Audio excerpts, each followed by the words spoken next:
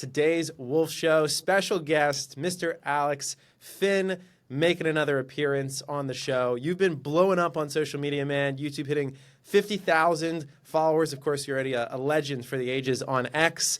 Welcome to the show. Great to have you back on talking together. It's great to be here, Wolf. My old-time Thursday morning Spaces friends. We came up together on X, so it's good to be here on the finally YouTube live stream and X live stream.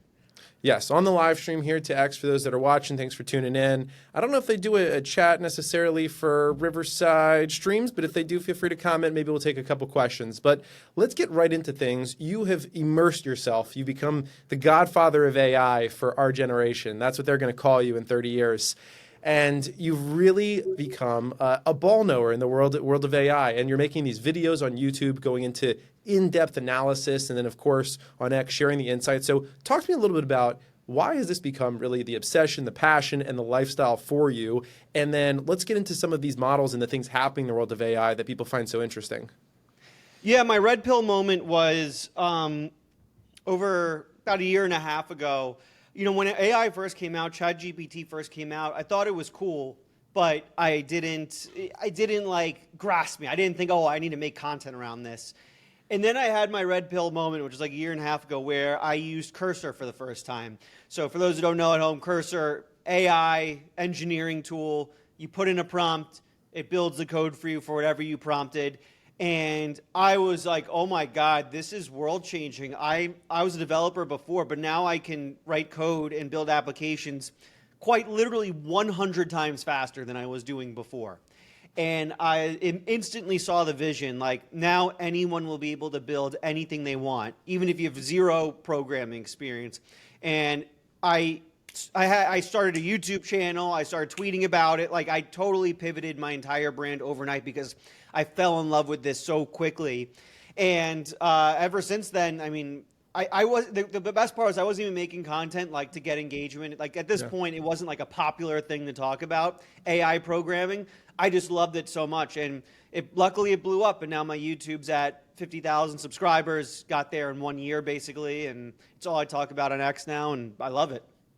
It's pretty inspiring because you've shown that you've built Creatorbuddy, right? That was one of the first products, and that's doing, I believe, over 300,000 ARR right now, right? Mm-hmm. Yes. And so that's continued to scale, and you built that without really, I mean, obviously you have a background in the development world, but for that product, you really focused on, hey, I'm not writing the code here necessarily. I'm vibe coding. I'm using these tools. And anybody, if you just watch my videos, you can replicate what I'm doing, build a company, build an app. So I ask you, is it really that simple?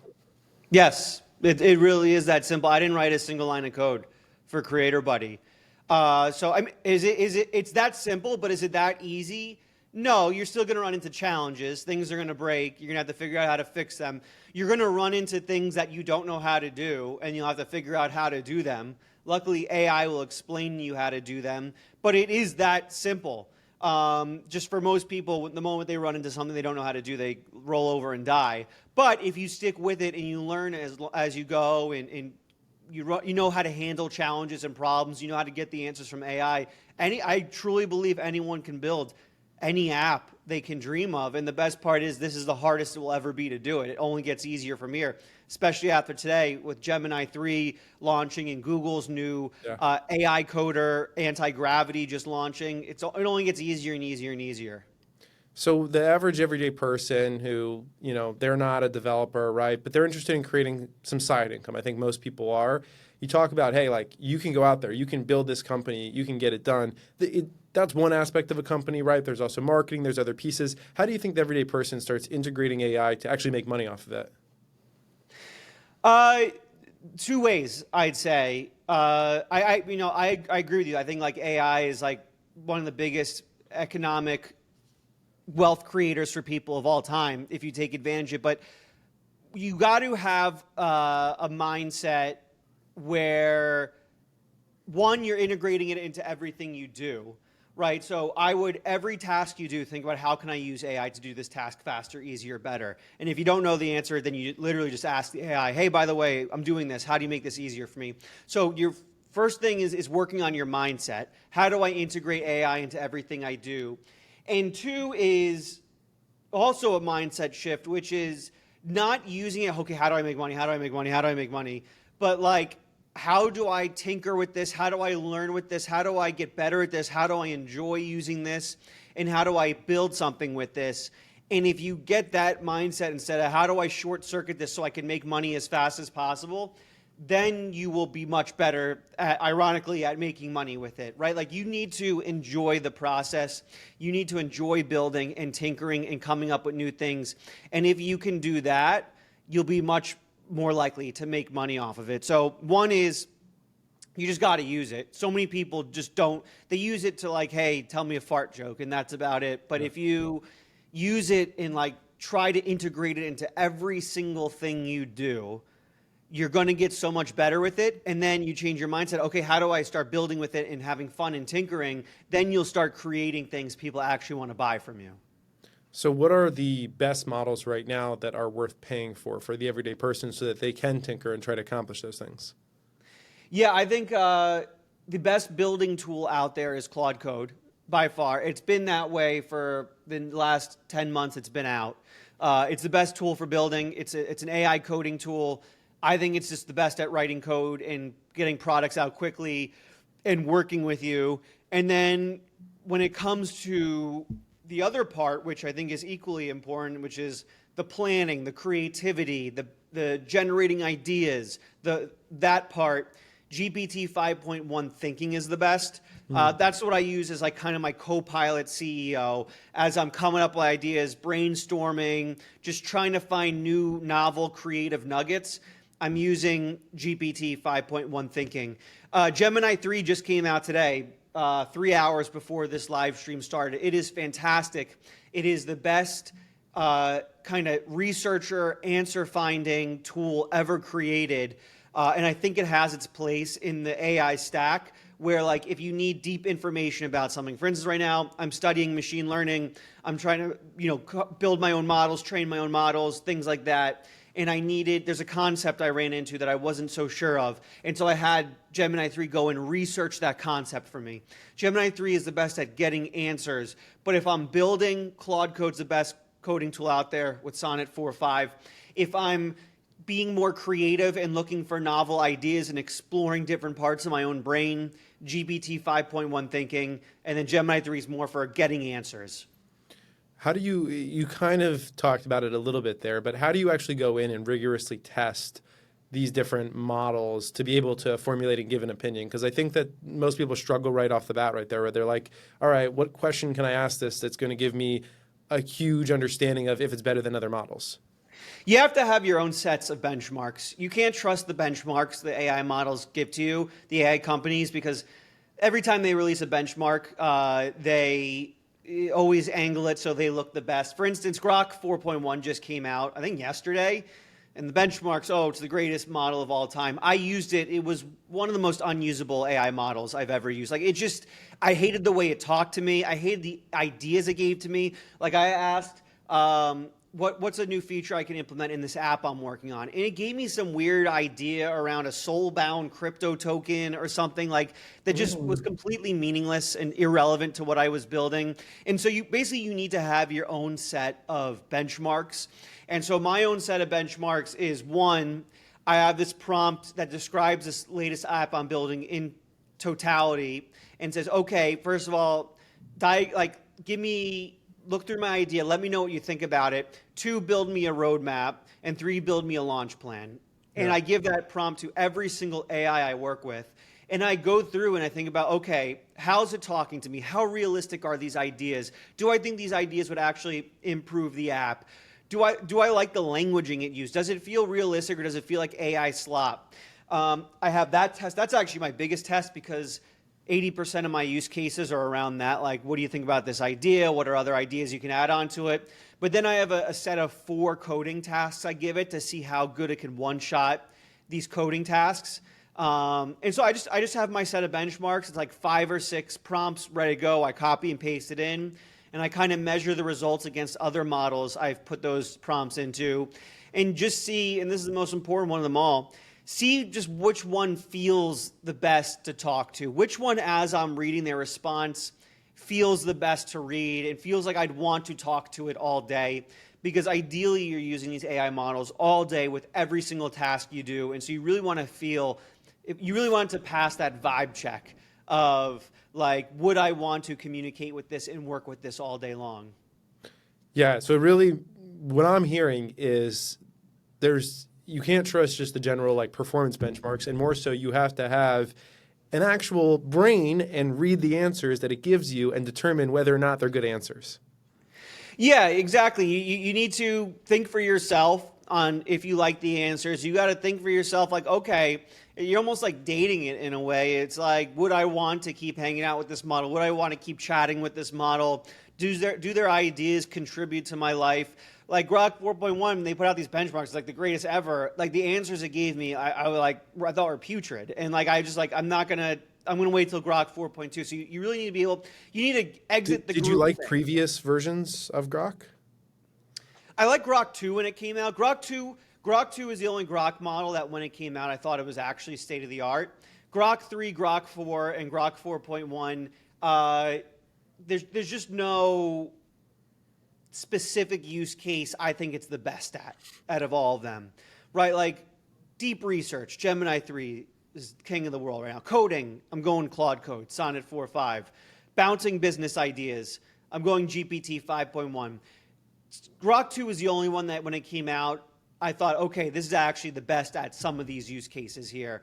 There's not, other than that right now, no, I wouldn't say. But I'll say this, the biggest Elon Musk fan in the entire world. I own a Cybertruck. Like this is no bias. If anything, it's biased towards Elon Musk. I want these to be good. So I want XAI to be the best. I want Grok to be the best. I hope it is the best in the long run. I'm just being realistic about where we stand today. And to be honest, like these change every other day. Like there's a new model every other day. There's a new tool every other day. Claude Code's my favorite. I'm going to try anti-gravity the moment this live stream ends, which is Google's new tool. I have no loyalty. We'll see how it goes, but that's where I stand now on those models. Got it. Elon said that they're going to start using, or that they're already using Grok, and that it reads every single post on the platform every single day, and then it uses basically creates the algorithm now that serves you the best content, and that's supposed to make your page better, and that's hopefully why I've stopped getting all these fight videos. I'm curious if you think YouTube might do something like that, where it's like, hey, this AI is going to watch every video, and then like, because their algorithm is already probably one of the best in the world at serving things that you're going to watch. Do you think it can get even better? I mean, I'm sure. Like Google is far ahead of all the other companies technology-wise. Like their YouTube algorithm is incredible. It'd be like going to Bill Belichick in like 2015 and saying, hey, you know, the Atlanta Falcons just implemented this new playbook. Do you think you'll change your playbook to be like that? And like, no, the deep sports reference for people watching, I understand. Good, but it's like, you don't go to the best of the best and say, hey, these other guys who are not nearly as good are doing something different. Are you going to do something there? It's like, no, YouTube's algorithm's the absolute stone cold best in social media. I'm sure they already use AI to some point in the algorithm. I'm sure, without a doubt. You know, it's incredible the way their algorithm works, where like I can post a video and it'll get a bunch of views and it'll do well, but then like 1 week later, it'll just find its audience and it'll go viral a week later after I post it. You don't really see that on X or any other platform. So I think there's clearly AI already going on in YouTube. So yeah, that's the best algorithm, YouTube. Yeah, makes sense to me. Is there any like niche AI platforms that kind of stand out to you that aren't one of the big ones that everyone knows? Niche AI platforms that stand out to me. I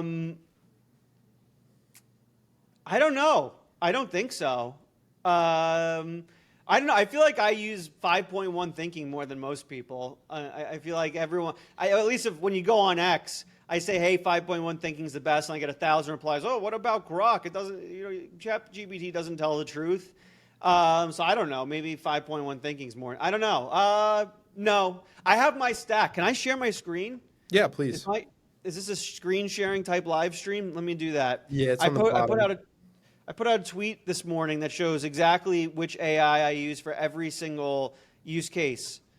And I can show you that. That is, No, I want to share my screen, not a presentation. Here we go. Window. Boom. This is every use case I do with every platform I do it on. So coding, Claude Code with Sonnet. I'm getting answers to questions, Gemini 3. Current events, Gemini 3, because it has access to Google. Creative writing and business planning. These two are my 80% of my use cases with AI on a daily basis. 5.1 thinking. Video gen image, Google no one will dethrone Google. It'll never happen. Because it's trained on YouTube and on Google Images, no one will ever beat Google for video and image generation. 4.0 if you really want to get glazed hard. And then you can see all the others here. Grok is for if you want to Most say unfiltered. crazy things. Yeah, you want to say crazy things, it's Grok. What's Kimi K2 thinking? It is a Chinese model. So all Chinese models are basically open weights, so you can run it locally. It's the best local model. I'm going to buy like a Mac Studio M5 Ultra when it comes out so I can run my own local AI, and that's going to be the one, unless things change, that I run. You can download it and run it locally. How much money do you think you've invested in buying tools, software, stuff like that for AI? I mean, I pay for the Ultra version of every tier. So Google Ultra, $200 a month. ChatGPT Pro, $250. Grok, $300 for some reason. Whoa. So I'm paying, I don't know, like $1,000. I'm paying Claude $200 a month. So I'm paying like $1,000 a month for all these AI tools. But I got to, like, I have a YouTube channel where I review all these tools. I need to have them instantly and the most usage and all that. So it's worth the investment. Yeah, that's totally fair. All right, I want to talk a little bit more about the YouTube channel because you've absolutely blown up reviewing all these different AIs. Actually, maybe give people a little bit more color. Like, what is the content and why do you think it's special right now? So I, over a year ago, August of last year, discovered, as I said, Cursor. And so I just like filmed a YouTube video where it was like how to build an app with Cursor. And did all right. But I just loved it. I loved creating tutorials around how to use these coding tools, these AI coding tools. And so I just did it over and over. And then December last year, I kind of hit a tipping point where, my video started getting consistent views. I'd get in the thousands for every video I put out. And I kind of started growing and I hit 10,000 subscribers. And then from there, it's only exponentially gone up. And since then, as you know, is a good strategy with any sort of content, you kind of start to expand a little bit as you get bigger and bigger. And so I went just from straight AI coding tutorials to also, new model just came out. Here's how to use it. Yeah. Anything AI related, here's how to do it. I started live streaming. The live streaming is growing pretty quickly now. I go Monday, Wednesday, Fridays on YouTube. And now we get, I think we're on concurrent, like 90 viewers per live stream. So that's growing. And YouTube's just an amazing, amazing platform. It's the king of the internet. It is, I think 2% of all human life is spent watching YouTube. Like not time on the internet. 2% of human life right now is spent on YouTube. I think over half the internet data that goes across the wires is YouTube data. It's by far the biggest social media platform. If you can dominate and win on YouTube, you dominate and win on the internet. YouTube stars are bigger than movie stars. And so I highly recommend everyone tries to start content on YouTube. All right, so let's talk a little bit more about that. You've obviously had a lot of success there.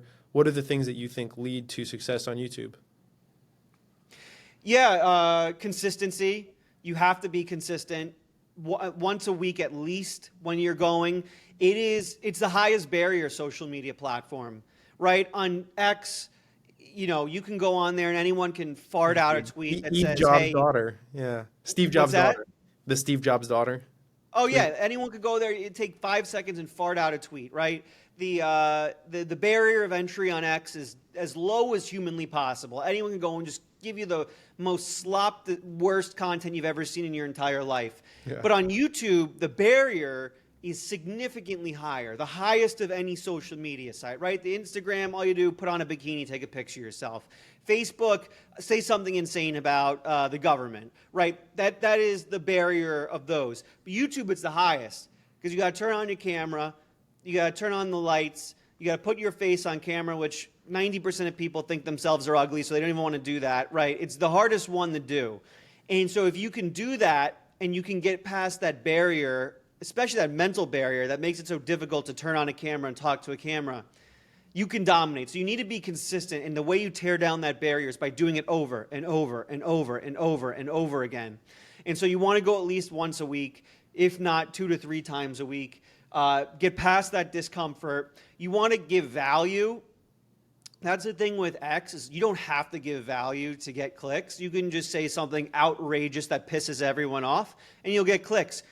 That doesn't work that way on YouTube. You can't rage bait your way to views, right? You can't rage bait your way to people watching a 10-minute video. It has to actually give value. So give value. There's no shortcuts, right? Teach someone something. Be funny. Be educational.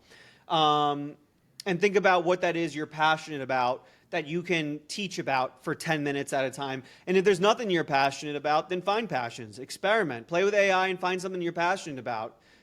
You can do it. Most people in this world are very, very boring, but that's by choice. That's because you don't do anything interesting. So do interesting things so that you find stuff you're interested in and create cool videos about it once a week. A lot of people say it's really important to focus on thumbnail, title, and first 30 seconds of the video. Do you concur with that? What's your strategy there? Is it deeper than that?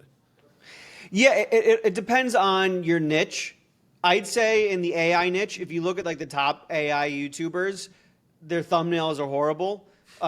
People who watch AI videos, they don't care quite as much about the pizzazz as much as what information am I getting out of it. Right. So title is much more important when it comes to AI. But yeah, thumbnail is still critical. If your thumbnail stinks, no one's going to click it. So thumbnail, title, very important.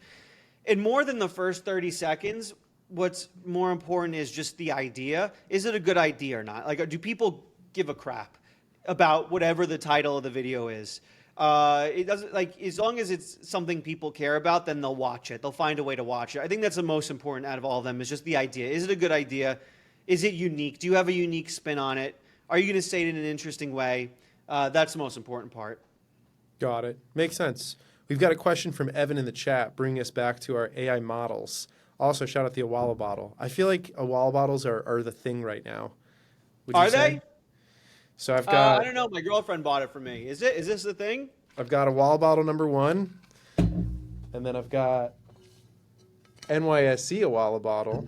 That's a nice one. That's a good piece of swag if they're giving those away. That is. I've got Robin Hood Concierge Awala bottle. Whoa! Yeah, baby. I have Robin Hood Concierge. They didn't send me a bottle. Special Puerto Rico event merch. Is that from a special Puerto Rico event? Oh, yeah. What, did Robin Hood at a Puerto Rico event? Where they tell you how to dodge taxes? They did mention it a few times. Really? Yeah. I didn't get invited to the Puerto Rico event. When am I going to get Robin Hood banking? They said they rolled it out to everyone yesterday. I never got an email. I got it yesterday. When am I going to get it? How much money do I have to put in my Robinhood? And how many shares of Robinhood do I have to own to get Robinhood banking? I want to give you more money, Robinhood. What's going on? What percentage of your portfolio is now Robinhood? I'll give you the exact percent right now. And trust me, this is not good. The answer I'm going to give you is an irresponsible answer. My portfolio is 65.7% Robinhood stock. Okay. And then what, 25% Tesla? 30? It is, I'll tell you exactly how much it is. Tesla is 14%. Google is 5%.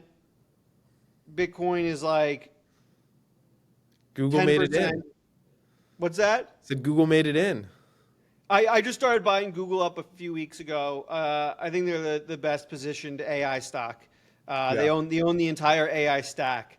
I have NVIDIA too, but Google, like their entire Gemini 3, NVIDIA has to be down today after what Google just did, right? Yeah, NVIDIA's down today because Google trained their entire Gemini 3 on Google TPUs, so they didn't use NVIDIA. So, you know, that's a competitor to NVIDIA now for AI stuff because they trained their entire thing on Google hardware. So they own the entire stack. Yeah, I've been a big fan of Google for a long time. That's a tough company to crack, and especially if obviously they're going to lose a little bit of the online search to things like maybe Perplexity, right, with Comet or a few others. But all these things that maybe you know this better than me. So like Perplexity, like Comet, it's built on Chromium, right? So it's basically still using the same exact outlay of Chrome and pieces like that. So do you understand how that integrates with Google and some of those pieces? How Perplexity Comet integrates with Google? Yeah. Well, I mean, they're built on Chromium, which is Google's open source browser, right? Like they built So it's all browser just Google. technology. Yeah, in a way, but at the same time, it's like it's not like Google's getting the business. Like it's not like Google's like taking a percent off everything Perplexity does. They just built the open source technology. Where Got it. Google benefits from it is, the Chrome App Store, right? There's an App Store for Chrome. So like it's the same thing with Android where, Samsung and all them use Android, but Google, the way they use the Android App Store, which is owned by Google. So Google gets a cut of everything there. But the fact that the people that go around, oh, it's only a Chromium, that doesn't matter. It's like it's built on Okay. the same technology. There's still layers added on from Perplexity or ChatGPT or whoever made the browser. Well, let's talk Perplexity for a second because I'm on the browser right now, on Comet browser for this live stream, and I think that that's one that not everybody understands because obviously it's different from like a ChatGPT, a Grok, other pieces. Have you done any videos on Perplexity? No, I haven't. I've tried Perplexity. It seems like a fine tool. I just don't know, like, I haven't found any use cases where it's like, okay, this is the best for this thing, right? If I have questions, I'm going to Gemini. If I want deep research, I'm going to Gemini. If I need business ideas, I'm going to ChatGPT. It's like, what is that thing I'm going to Perplexity for? I couldn't quite find that. Are you using the ChatGPT browser? Have you tried these browsers, or are you still just on Chrome? I exclusively use Atlas, so ChatGPT's Okay. browser, which is basically the same thing as Perplexity Comet. The difference being is one it uses 5.1 thinking out of the box, and I think that's the best model in the world. Two, it's hooked into my ChatGPT. So it has all my past conversations built Got in. it. It has all the past memories. So if I click on the ChatGPT icon in the browser, it pulls open a chat. It can answer questions on whatever's on the website I'm looking at from the perspective of an AI that knows literally everything about me because it has all my past conversations. Perplexity Comet doesn't have that, and so that's why I like Atlas better. Okay, yeah, that makes sense. I haven't tried Atlas yet, but like you said, I heard it's pretty similar. It would definitely make more sense as it gets more history. So, do you think that AI, you give it a couple of years and people use it more, it's just going to get better and better and better because it's going to know us better, get trained on our information? Like, that's one thing that I'm curious about because, Google, I feel like over time, has already been doing that, right, with its browsers, but AI could really take that to the next level. Yeah, I mean they're only getting better over time, and the more it knows about you, the better it will get. Which is almost an argument for buying GPUs and building your own local AI, because for an AI to be really good, it needs to know everything about you. Do you really want Google or Mm, OpenAI or any of these companies to know every single little thing about you? Probably not. Probably not. And so I think local AIs will be a big trend over the next couple of years, especially as they get better. The open source models, like the last couple months, the Chinese open source models have been fantastic, right? They're basically almost as good as Claude 4.5 Sonnet at coding. yeah. They're really, really, really good. So, I plan on over the next few months buying GPUs, buying like an AI supercomputer to start hosting my own AI, and I think that'll become a bigger trend over time, so that people get more comfortable giving all their information to an AI. Who are you going to buy your GPUs from? I'm debating between the Mac Studio 5 Ultra, M5 Ultra, when that comes out in a few months, because Apple makes like the most energy efficient AI infrastructure, right? Like for the power, you'll get the M5 Ultra. You'll save significantly more energy than you would at getting a couple of GPUs. I'm debating the NVIDIA DGX Spark, which is their miniature AI supercomputer, which you get a ton of memory on. It's really powerful. You get like one of their most powerful Blackwell chips. That's really good. Or I'm considering, if you want like the highest power potential, just building your own computer and buying multiple NVIDIA 3090 chips and putting them in the computer. That'll be like the most powerful computer you can build. So it really is dependent on, what's your priority? Power, energy efficiency, ease of use. There's a bunch of different options for each. Got it. Okay. I assume you're going to make some videos on these? Yes, 100%. It'll 100% be a new content direction for me, because I do believe it's going to be a massive trend in the future, is people hosting their own local AI. Perfect. I think I mentioned before that we had a question from Evan in the chat, but I don't know if I actually said it or we talked about it. And if I did, apologize. What AI model is best for the stock market? China AI models? Question mark. Which AI model is best for the stock market? In what way? Like doing research? Yeah, probably like what to research, buy? investing, trading, things like that. Best AI.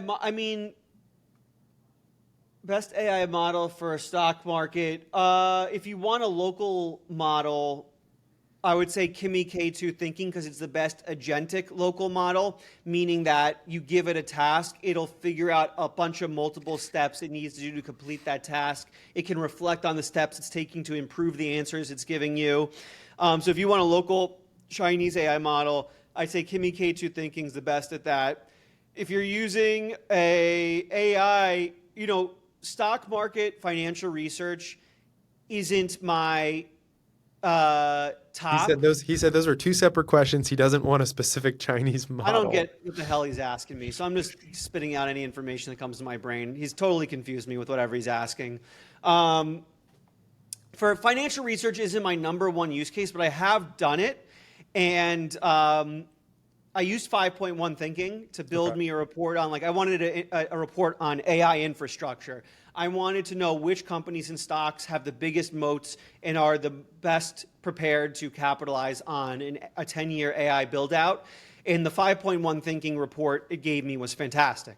So I like 5.1 Thinking for it, but if I were to take a guess, I'd bet Gemini 3 would be very good at it, because for multiple reasons. One, it's hooked into Google, so it can quickly find latest information on Google. Right. But two, something really impressive it can do that I discovered today was it can very easily format and build research websites for you. So it can find information, and then it can use Nano Banana, which is the best image generation model in the entire world by far, generate graphs and charts for you, and then put it all in a live website that you can go to read it all. So as I speak this out loud, I would actually probably go Gemini 3 for that.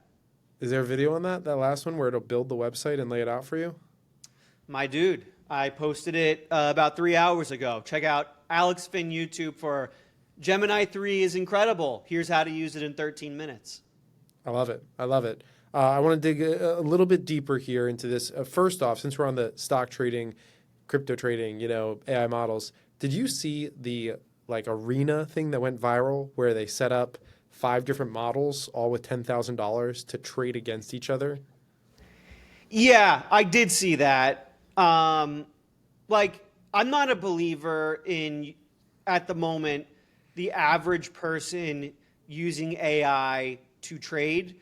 I'm a believer in the average person using AI to do research to make trades and investments. I'm not a believer in using AI to create trading bots, because this has been a thing. This is not new, using AI to do trading bots. This has been going on for 15 years now. And it's being done by the smartest people that have ever existed on this planet, are being hired by the biggest hedge funds to literally spend 20 hours a day building AI trading bots to, scrape 0.001% profit from every molecular movement of every pricing chart all day long. And so I did see that. I'm not a believer in I don't know I forgot who won it. I think maybe Grok would have won it. I believe it is all luck-based. If you build an AI bot and say, hey, here's $10,000, trade for me, and it makes money, I believe it's 100% luck. I don't believe it's reproducible.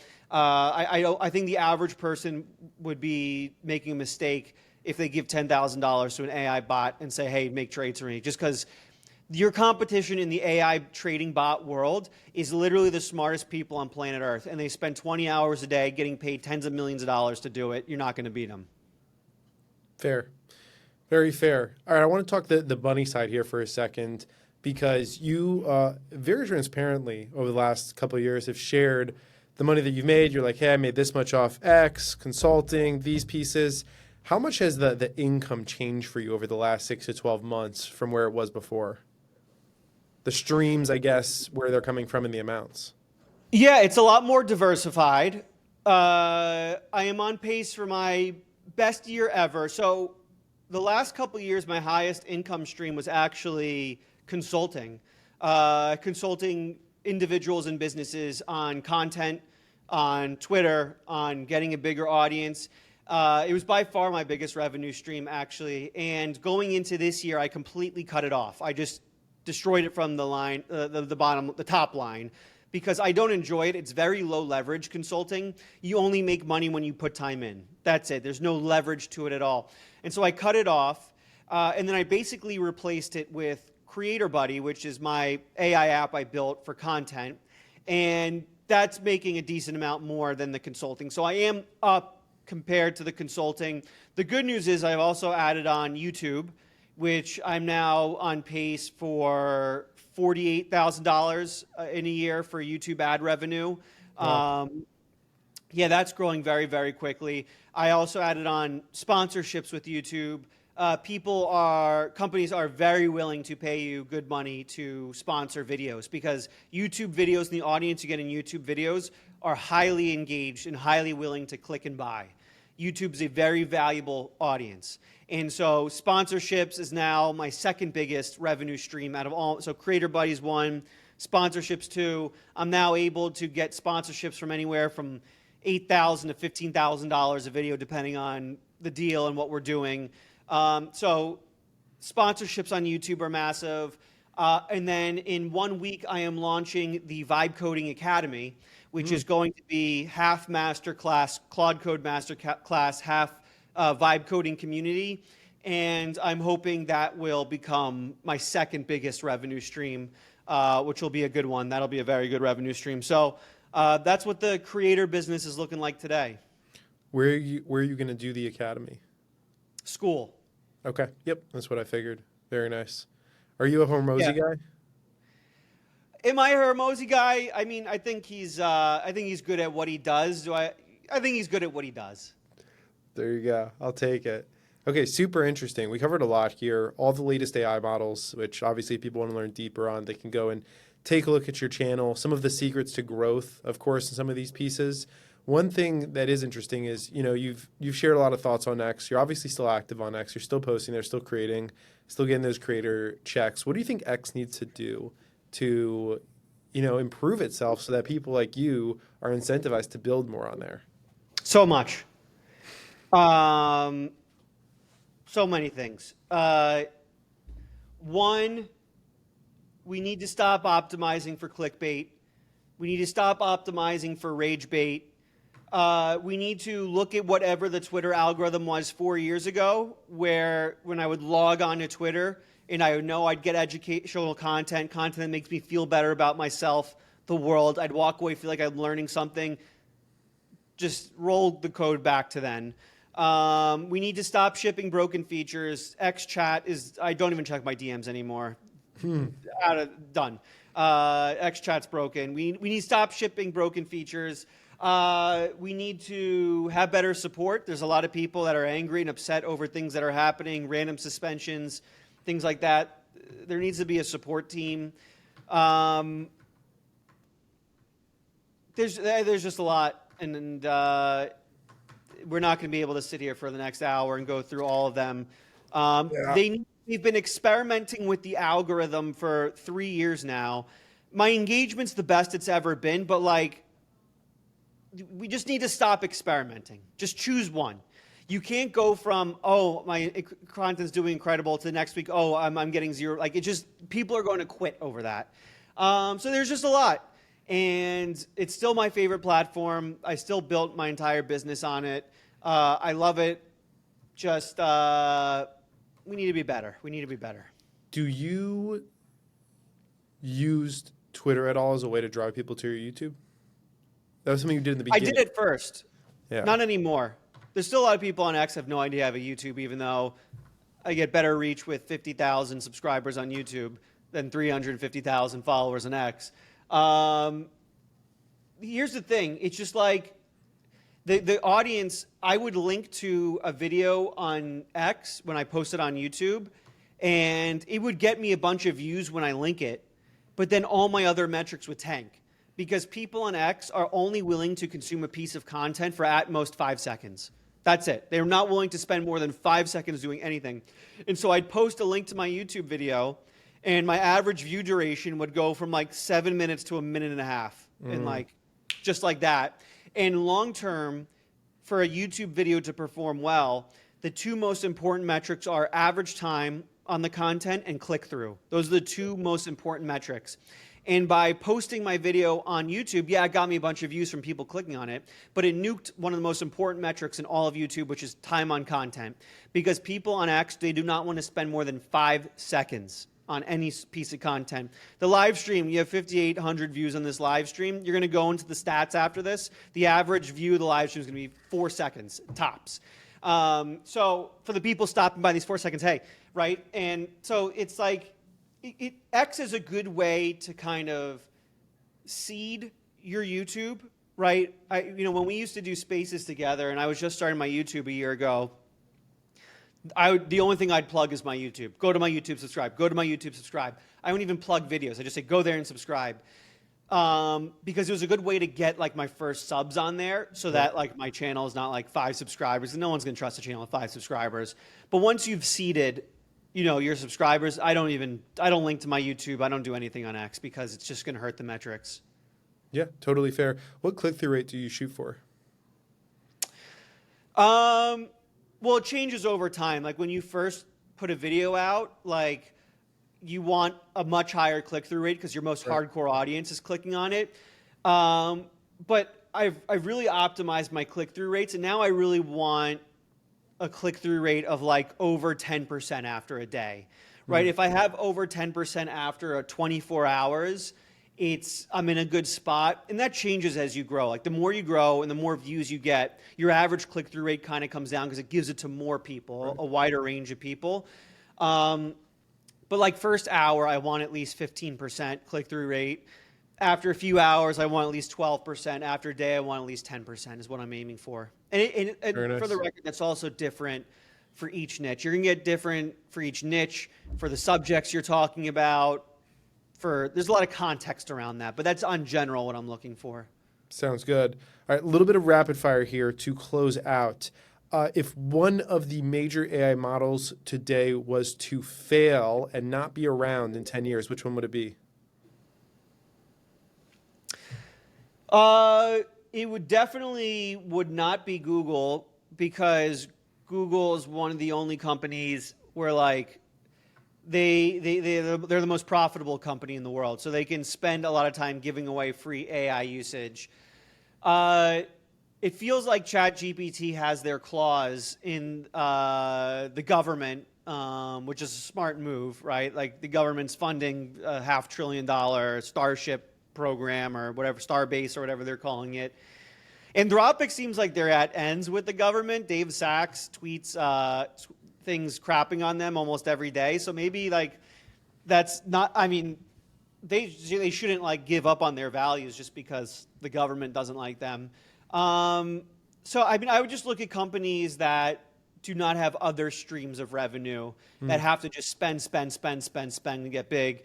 Google's not one of those because they get money 100 different ways. Meta's not one of those, even though no one really uses Meta AI products at the moment, but they make so much money 100 other different ways that I would never count them out. So I would look at companies that are 100% dependent on spending to grow. How are you feeling about the Patriots this year? We're going to win the Super Bowl. Drake May is the MVP. Travion Henderson is going to get the Rookie of the Year with his incredible performances he's going to be giving over these last 6-7 weeks of the season. The best team in the NFL, baby. Best record. Yeah, it should be an interesting one. We'll see you in the AFC Championship. The Ravens? Ravens, by the way, when they were 1-5, had 9th best odds in the NFL to win the Super Bowl.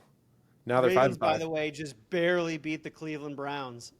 Cleveland Browns, shedeur Sanders. What do you think about shedeur Sanders? I'm not a huge fan of his attitude. Every time I see an interview with him, it's like always like him. He seems to all be about himself. What was the interview I was watching where it was like, oh, it was the interview. I saw an interview with Mac Jones, and it was back to back with an interview with shedeur Sanders. And it was when Mac Jones was crushing it, and because he replaced Brock Purdy while he was hurt, and they go, Mac, do you think you should have a shot at the starting role? And he goes, nope, this is not my team. This is Brock Purdy's team. When he is healthy, this is his team. He's going to have it. I will step aside. It is my job to be the backup. And then they show a shedeur Sanders interview, and they're like, how do you feel about being the backup? And he did this weird thing where he didn't speak. He's like, he mimed. Like he was like made like a circus out of the entire thing. And it's like, why can't you just say, I'm the backup and I'm going to try as hard as possible to prepare to be the backup? And like, it was just like night and day, who you want on your team and who you don't want on your team. Right. And so I don't know. I'm not a fan. Fair. All right. Last question. If somebody was to watch this whole video and they were to say, very interesting AI, content creation, different things I could do, what's one actionable tip that you would say, you watch this video, go do this? That's the first thing that you need to start to take this, to the next level and get a better understanding of AI, content creation, all these different items. Every task you do today, open up ChatGPT and say, how can you do this better with me? How can you improve this workflow? Every single task you do. You write an email, how can I write this email better with you? You have nothing to do. How can I do something more productive right now, even though I'm doing nothing? You're about to create a report on something. How would you make this? Every task you do, think about consciously how you can include AI in it, and that will help you use it better, find better use cases, and become way more productive. Beautiful. Always a lot of fun chatting with you. You've got one of my favorite personalities, and it's so cool to see somebody with your personality just embodying AI and tech and all these different things, because you can talk sports, you can talk nerd, all these different items. So it's always a great time. Any final message, anything you want to shout out, tell the audience? Yes, use a lot of AI, and Patriots are about to win the Super Bowl. 6% on Polymarket right now. Easiest bet of your entire life. What are the Ravens on Polymarket? Shouldn't be higher than the Patriots. Imagine it's higher than the Patriots. Shouldn't be. Imagine. It is higher. Let's go. 7%. Patriots are going to be the #1 seed in the AFC, and they have the 10th best odds on Polymarket. Young team. It'll be their day, though, one time. I drafted Drake May in a fantasy league, so I'm happy for him. Smart I have move. Travion Henderson in that same league. Smart How about move. that? Smart move. Smart man. The Pats are a lot more likable than they were 10 years ago. All right. That's going to – trust me. Yeah, wait till they win 3 Super Bowls in a row. We'll see how likable you think they are. Less likable then. All right. Thank you, everyone, for tuning in. I hope you all enjoyed this. You heard from Alex. He just put up a video on YouTube, how to use Gemini 3 in a short amount of time and get to understanding it. Go watch the video. If you're going to watch it, though, make sure you watch for at least 10 to 15 minutes. Don't be one of those short clickers ruining the click-through rate and some of the other items. Make sure you go watch. Average retention time. We're pumping it up from this channel. Thank you again, everybody. That's going to do it. We'll see you on the other side. Have a great day. Go use AI. Take care.